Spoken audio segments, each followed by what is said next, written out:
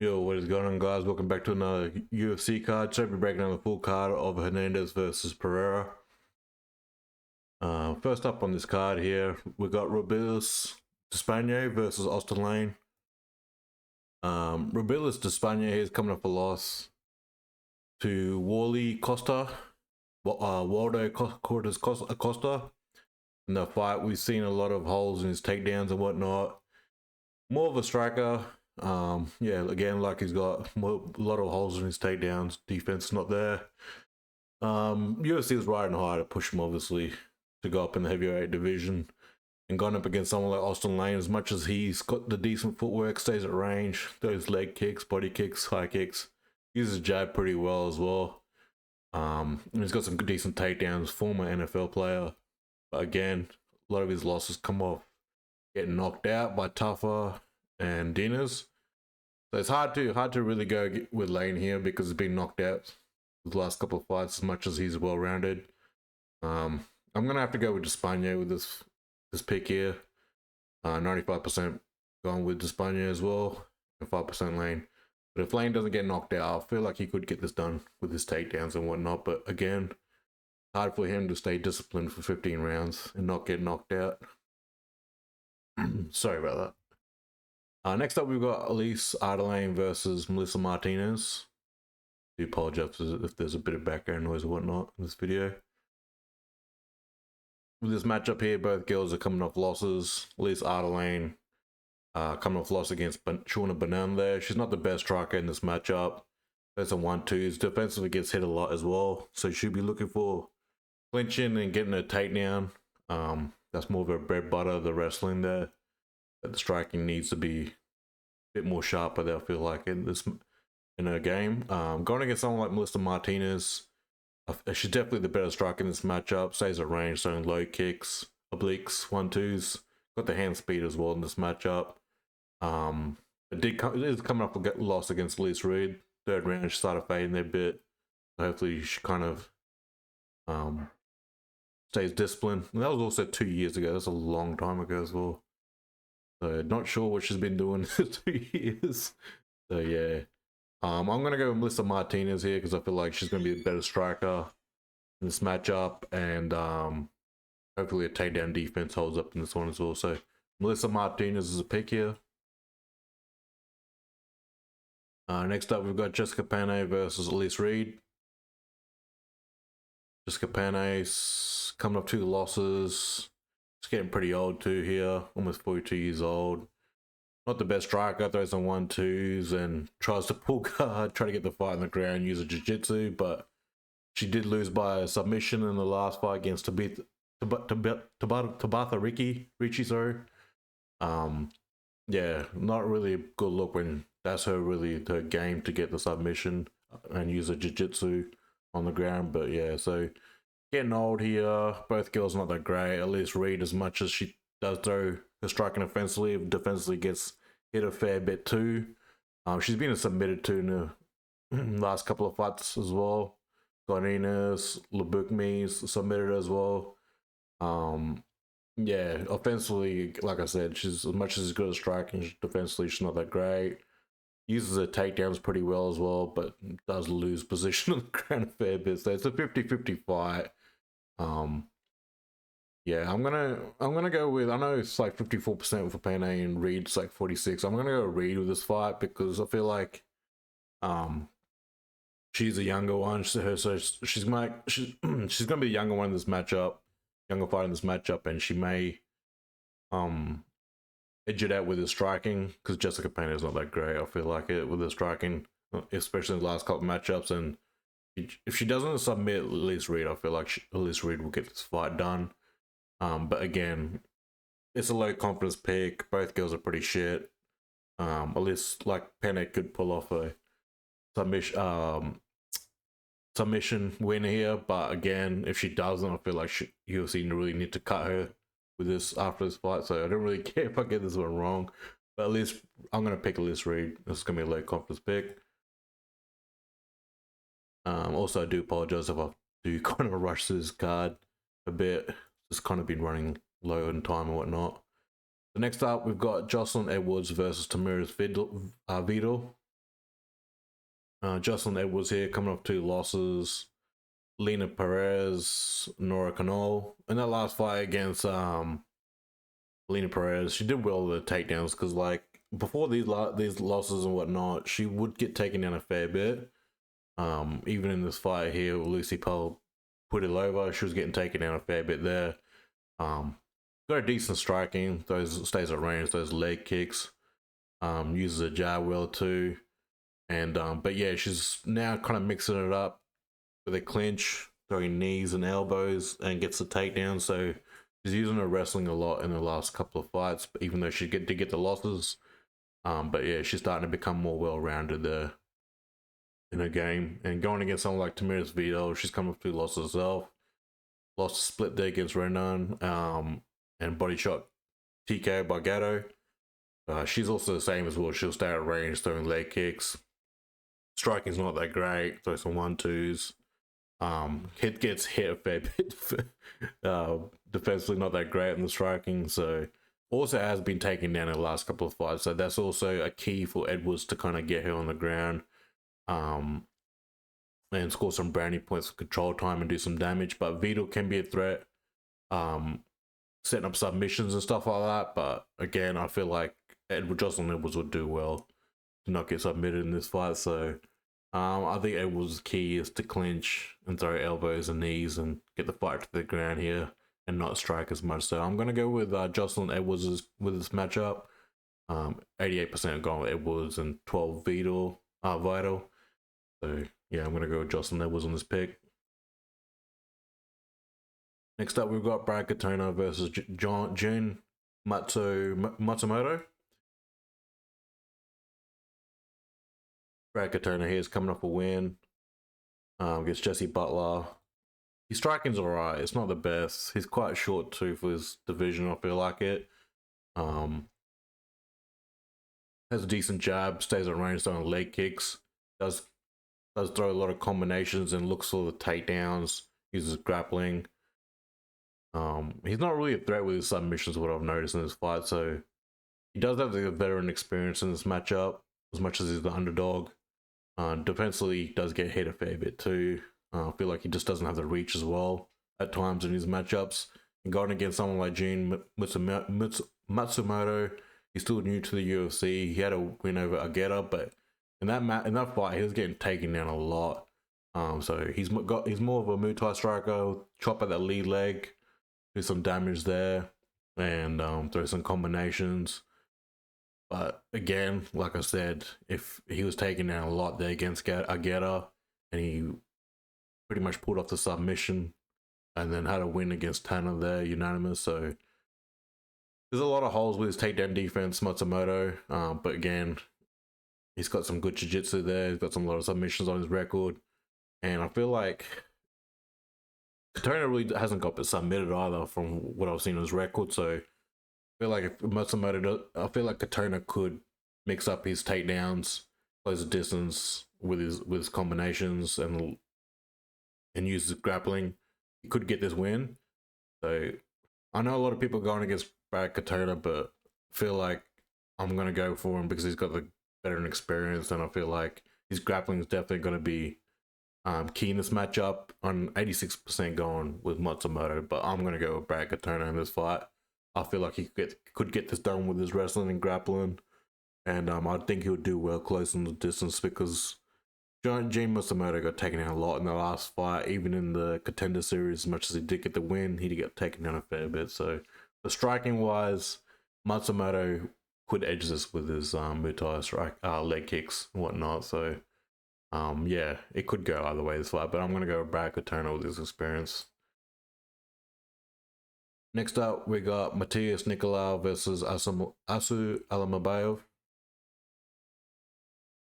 This matchup here, Nicolau's coming off 2 losses. He was doing decent the first round against Perez, but got knocked out.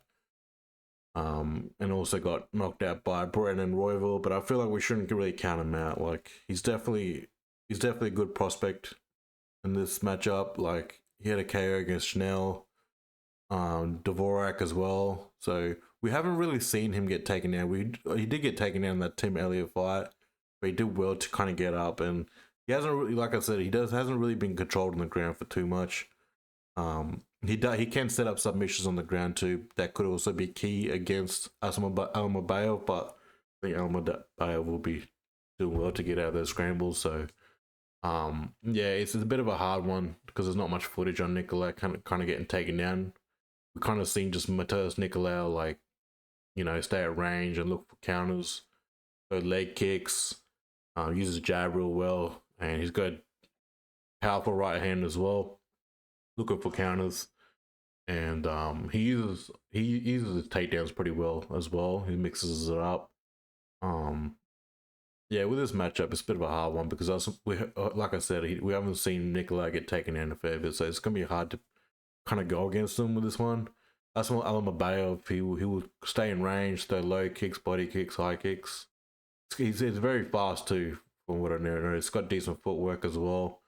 Uses jab well and does well to close the distance and get the takedown, and uses grappling and be effective with it, and also set up submissions. So, but the opponents that he's gone against, some people like Joselyne Johnson and CJ Vergara, I feel like they don't really hold up very well compared.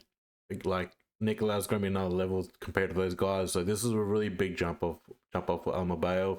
He could get it done. I can understand, like, if he does get this fight to the ground, he could control Nicolau, but again, like, we haven't really seen Nicolau get taken down a fair bit, so it's hard to go against Nicolau. It's hard to really pick for Almabayev in this matchup as well. So I'm gonna go with Nicolau. I'm gonna be that guy going against Almabayev, but I can see Almabayev getting it done as well. Like, he does create decent angles and whatnot, so it might be hard for Nicolau to kind of pick him apart in the striking there.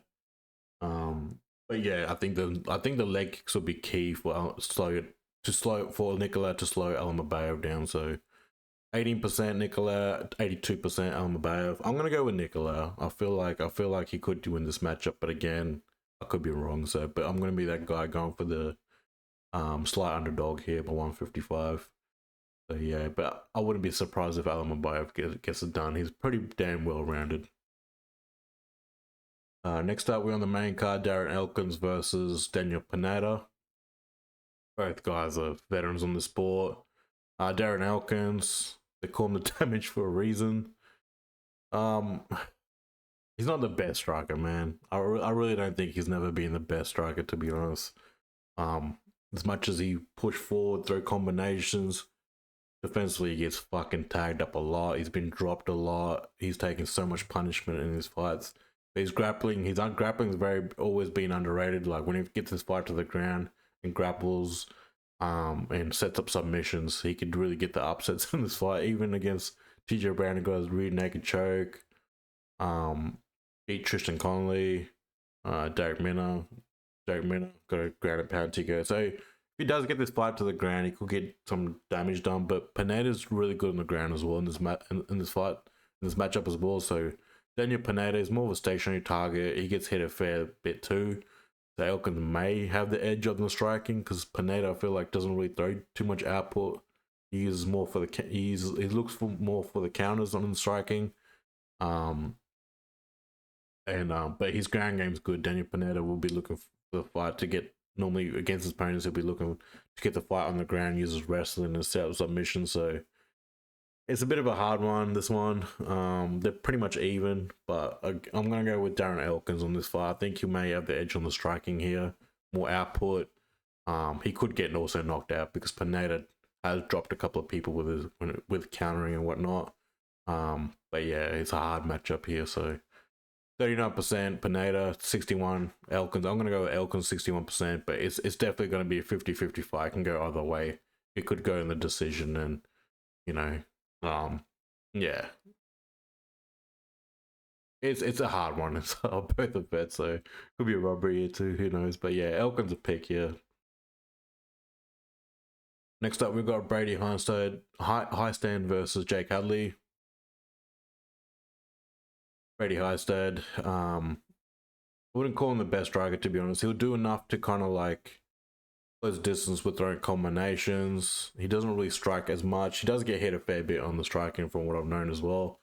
But he's on a bit of a decent run here. He'll use his grappling, and set up submissions and whatnot. So he's very good with grappling and wrestling, and even just trying to get the takedowns on the cage from the cage as well. He'll throw some knees and elbows and set up submissions. So very good grappling and very good with his jiu-jitsu. Striking wise, definitely got some holes there. Like I said, he'll do enough to close distance and get the fight to the ground. And he's got a win over Garrett Armfield. That's quite decent because Garrett Armfield, I feel like he's a bit of underrated in the division. And going against someone like Jake Hadley here, Jake Hadley, he's got some holes in his game. He's been taken down by Cody Durden. Even against Laura in there, he was taken down. Early in his fights, it was a Alan Nascimento, he was taken down and controlled.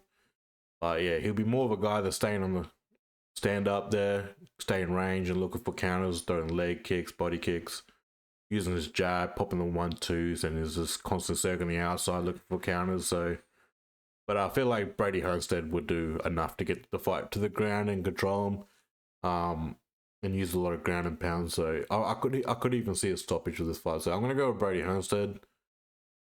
Yeah, so 64% Hiestand and 36% Hadley. So I think Hiestand will get it done here, Brady. So yeah. Next up we've got Sumudaerji. Yeah, Sumudaerji versus Charles Johnson. Sumudaerji's coming off 2 losses here. One against, oh my god, all the pop-ups and shit. Sorry about that. One against Tim Elliott. Not a really good look 10 months ago because Tim Elliott's way past his prime. And then submitted by Matt Chanel. That's not a good look either. So Sumudaerji here, he's more of a guy that will stay in range, throwing leg kicks, looking for counter hooks or counter straight shots. So more of a counter striker. Doesn't really throw too much output from what I've noticed in his last couple of fights as well. Does get taken down a fair bit as well from what I've known.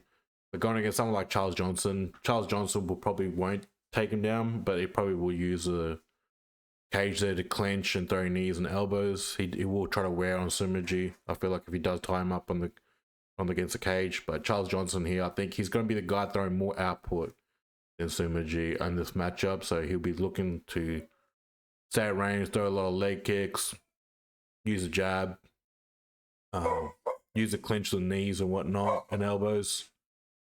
And yeah, he's coming up a knockout win against Joshua Vane here as well. So I feel like he's going to use his reach pretty well too here in this fight. So he's definitely getting better with his takedown defense as well, Charles Johnson. So he's starting to look good there coming up the rankings. So Charles Johnson's a pick here.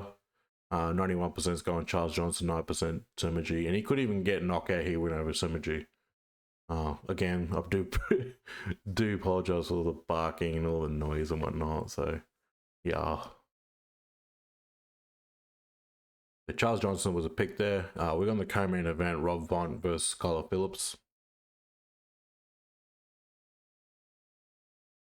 Rob Font here is coming up 2 losses against Figueroa, Corey Sandhagen, and a win in Guyana. So more so with Rob Font, he is getting pretty old too, 37 years old. Rob Font was known for having a nice jab and having nice combinations to the body and head. It's really clean boxing.